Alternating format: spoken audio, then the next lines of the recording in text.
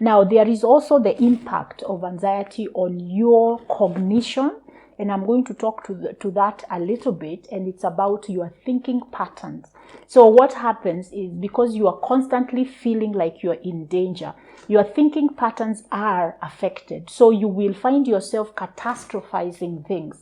When a small problem happens, because you are not able to regulate the emotions that you feel and your thought patterns, you go to the extremes and you think about the worst case scenario. It's harder for you to think about the best case scenario. So you focus on the worst case, and the negative thinking magnifies and increases, intensifies, and in the process of that, it is also intensifying your emotions. And so that is one of them. Then we have what we call black and white thinking. You know, you are not able to see the gray as a possible way of looking at the situation. It's either white or black, or nothing, right or wrong, true or false. That's the way that you are dealing with what is happening in your life. And you can imagine, if you have all these thoughts in your mind, they lead you to what we call emotional reasoning. And emotional reasoning is where your thoughts are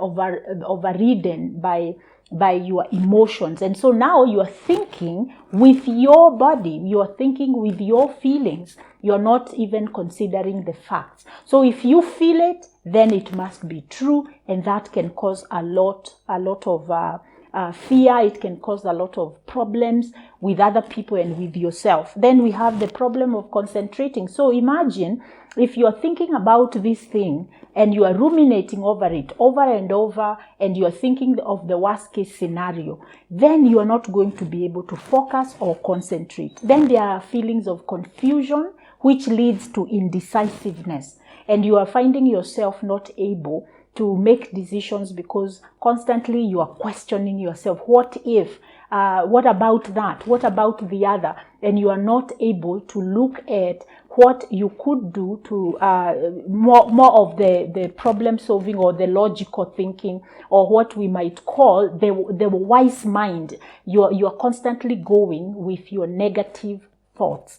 And then we have memory problems will also cause you to really struggle in your life. If anxiety is very high, if you're constantly worried, then you forget things a lot. You go to the grocery store and you can't remember what you wanted to do. I have seen myself do this. I live where I am. I go to the room and I stand there and I can't remember why I walked into that room. Why?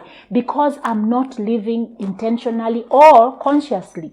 I'm constantly being bogged down by things I can't control. And so what I can control right now becomes almost like an illusion. I can't remember what I am supposed to do. And so in that case, if you struggle with that, it is always good to have a booklet with you, so that once you think of something, you write it down so you don't forget. Memory problems are real for people who struggle with those disorders that I listed earlier of anxiety, especially those who struggle with PTSD. You will find that remembering important things is can become one of the struggles that you have. And so having a notebook where you write things.